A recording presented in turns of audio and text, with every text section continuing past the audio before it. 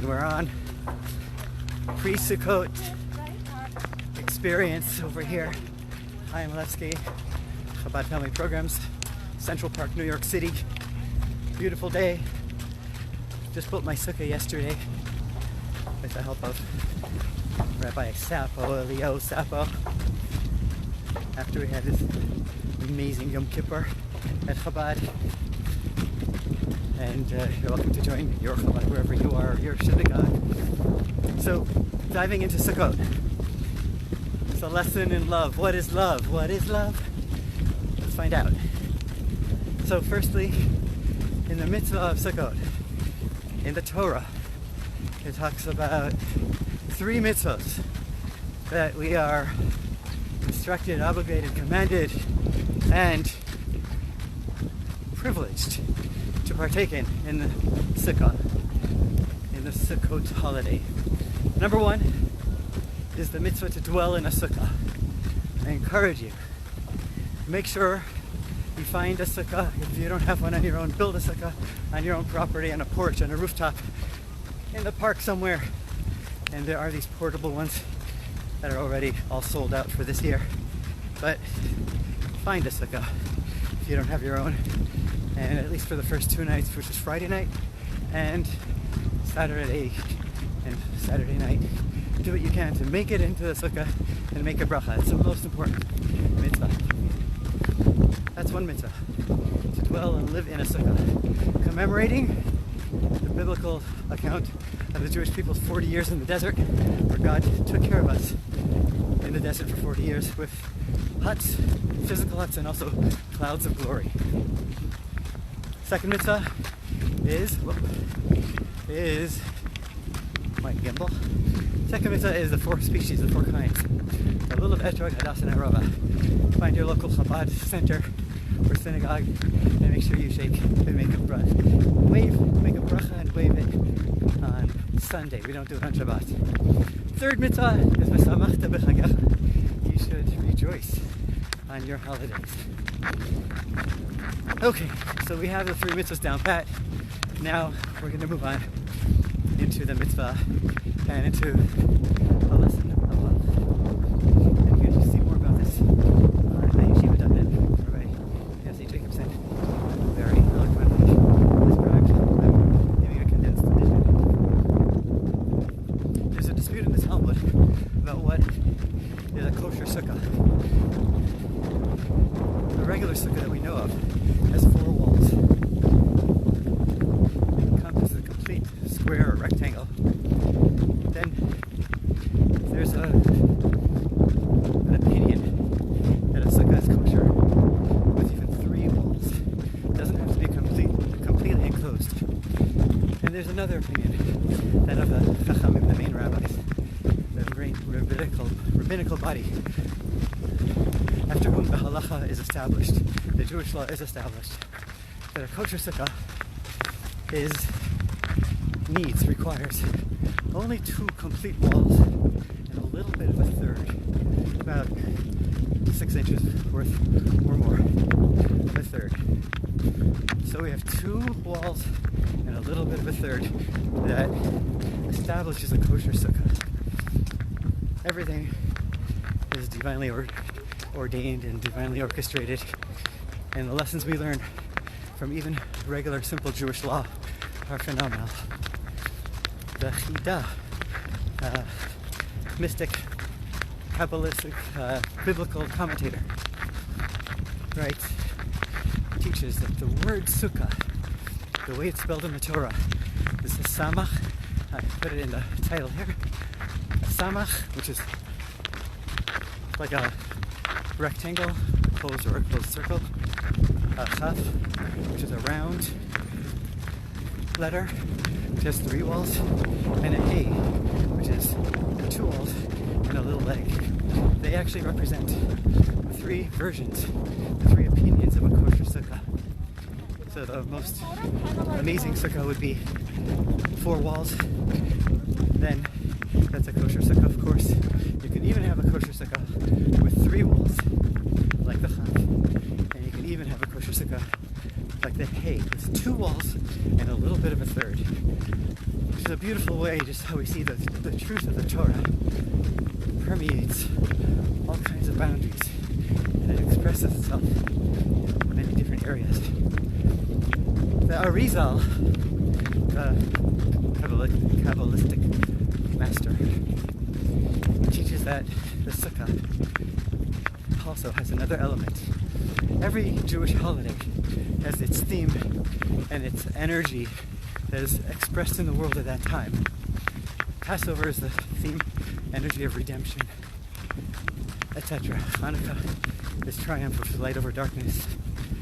Sukkot, the theme of Sukkah, is demonstrated by the Sukkah itself and by this kosher Sukkah that we just spoke about. Is the theme of this God's hug to the Jewish people. There's a pasuk, a verse in the Torah. There's the Smolo Tachas L'Roshi. This is in Shir HaShirim, the Song of Songs that King Solomon wrote, which is a love song between God and the Jewish people. And he says that the bride is saying, we, the Jewish people, are saying, is our lover, our God, who is our spouse, our lover. His left hand is under my head. V'yamino techabkeni. His right hand embraces me.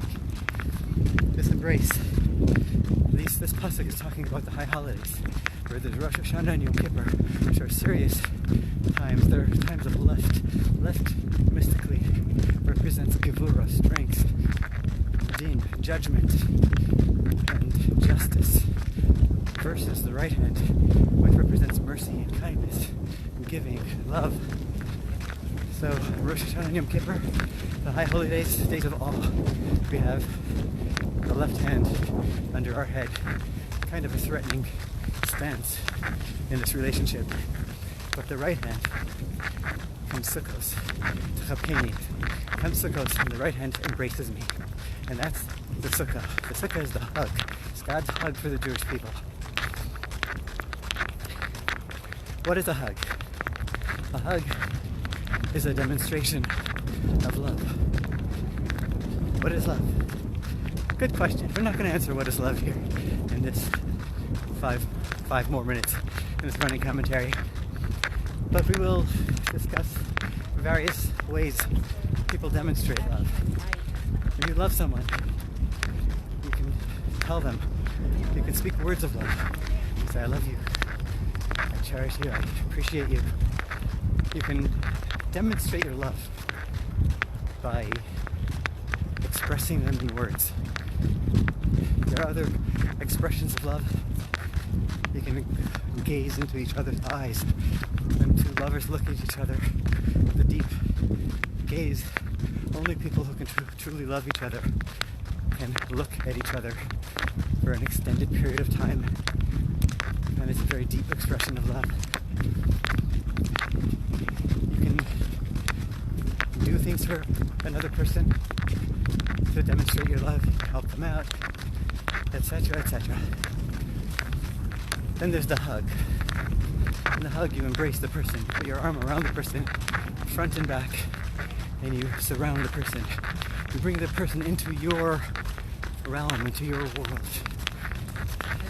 One of the main differences between all the other kinds of demonstrations of love and the hug is that in all the other ways, you're looking at somebody and you're face to face with them and you're telling them that you love them, you're showing them your demonstration, you're demonstrating your love. When you look at somebody, a face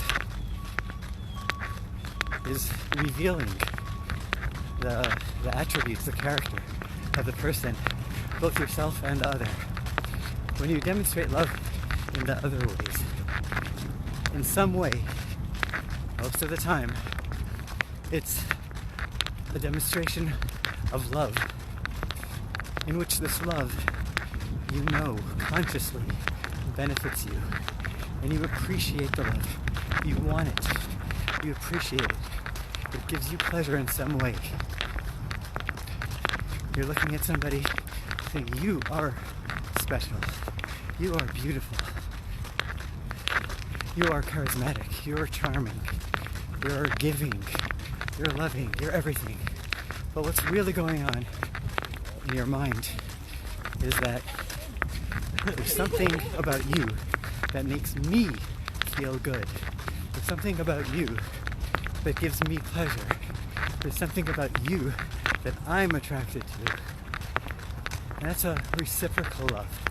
It's a love, we're not questioning the motivations or the love here, but it's a love in which there's some benefit to me in this relationship.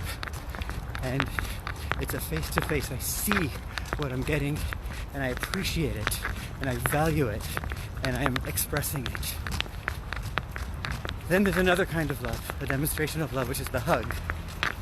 In the hug, you're surrounding the whole person. You're embracing the whole person with your arm, front and back. Now, the front of the person represents that which we can see, understand, value, appreciate. The back side of the person in this analogy represents parts of the person that we don't see, we don't know about, or even better, we don't like, we don't value, we don't appreciate, we don't want them. They turn my stomach. They don't sit well with me. The backside of the person represents the negative, the evil, the bad, the opposite of the good that I see. When you hug somebody completely, you encompass them in your embrace, you're telling them, I'm accepting you, I'm loving you, unconditionally. Not just the beautiful things that I see about you, that is what I love, but it's everything about you, whether it's beautiful or not, whether it's benefiting me or not, whether it's harming me or not, whether I like it or not. That's the hug. My friends, it's Sukkot. Hashem is hugging us. He's inviting us into his home, and he's hugging us, and he's telling us,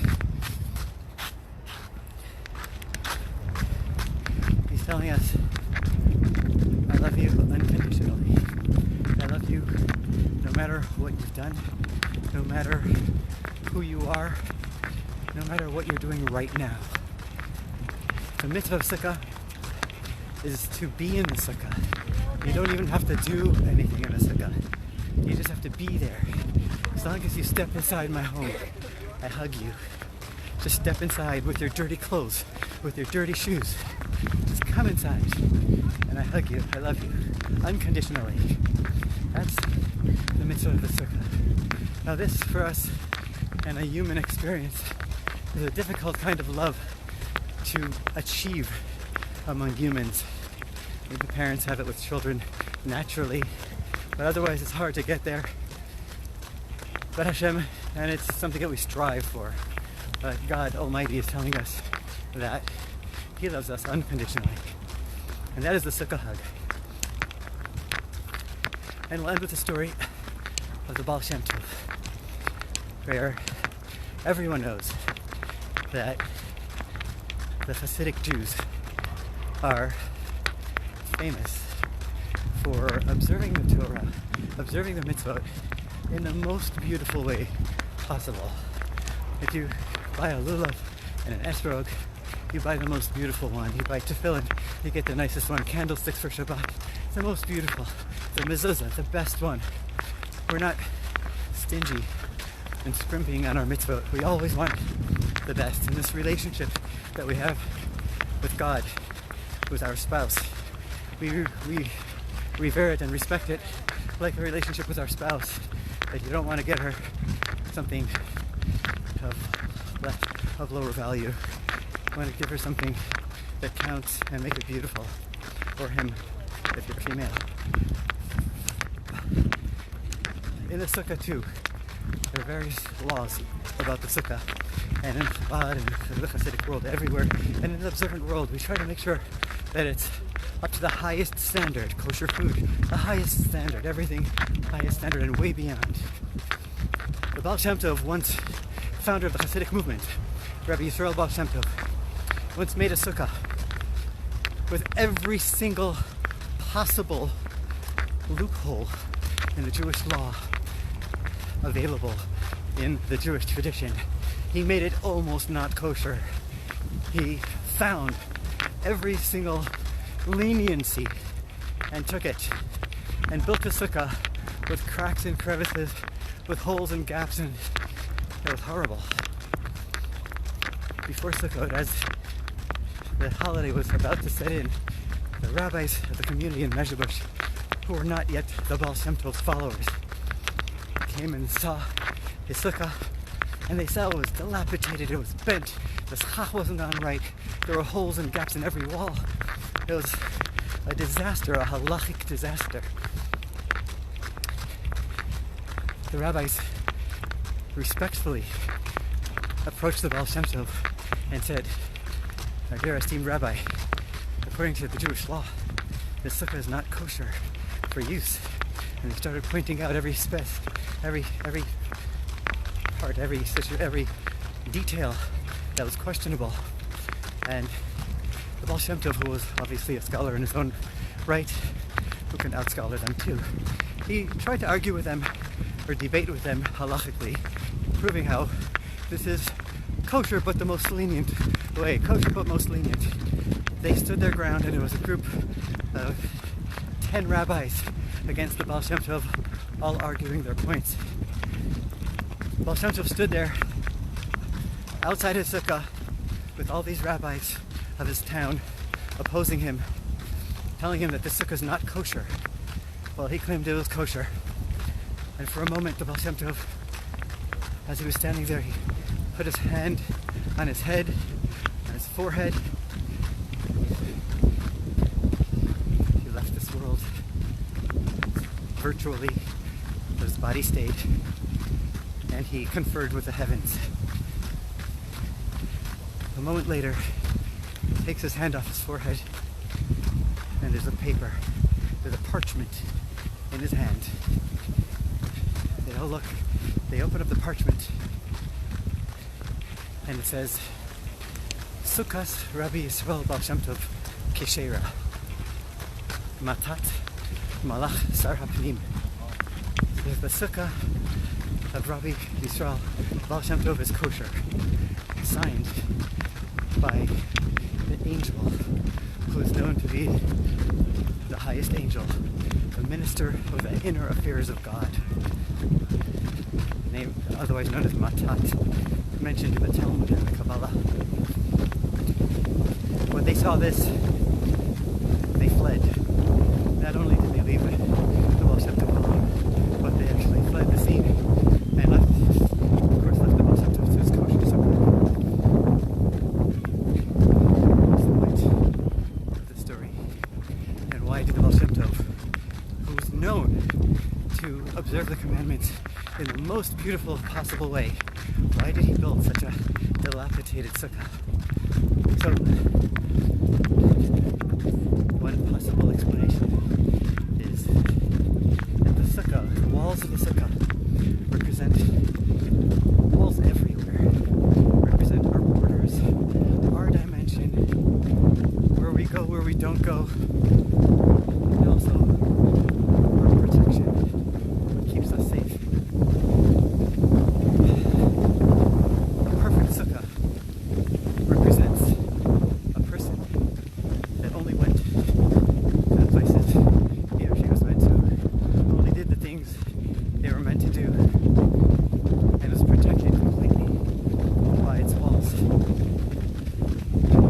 sukkah with holes, gaps, brokenness everywhere represents a person whose life wasn't as it could have been. Either intentionally, they've done things and gone to places where they shouldn't have, they're contemplating doing things that they shouldn't, or, God forbid, their protection wasn't complete. They were not secure, and they've been vulnerable to other people's attacks and suffered and struggled. The Baal Shem Tov was saying, echoing the pasuk, the verse, the concept, Kol Yisrael Ru'in Leisha B'Sukkah Achas. All the Jews are meant to fit to sit in one sukkah. Your sukkah should be welcoming to every single Jew, no matter where, when, or who. God's sukkah is welcoming to every Jew, no matter where, when, or who, no matter where they've gone or what they've been through. A person shouldn't say, I'm too far gone to be welcomed in God's hug. A person shouldn't say, I've suffered too much. I don't think God really loves me. A person is welcome to God's sukkah. And this is the Baal Shem Tov's broken sukkah teaching. And one final thought. One of the differences between Pesach and Sukkot. Passover, Pesach, we clean our house, we scrub our walls, we scrub our floors, we take out every book from the shelf and find a crumb. Clean, clean, clean, clean. And we find every stringency we can possibly find to make it a kosher Pesach. And on Sukkah, you can have a broken Sukkah, barely standing, and it's kosher. What is the difference? The difference is, on Pesach, we're inviting God into our home. And we need to prepare our home for the King, for His Majesty, for His royal presence. And Sukkot, God is inviting us into His hug. For that, we don't need any preparation. We just need to be there. Be there. God bless you. Be there and share. Chag Sameach.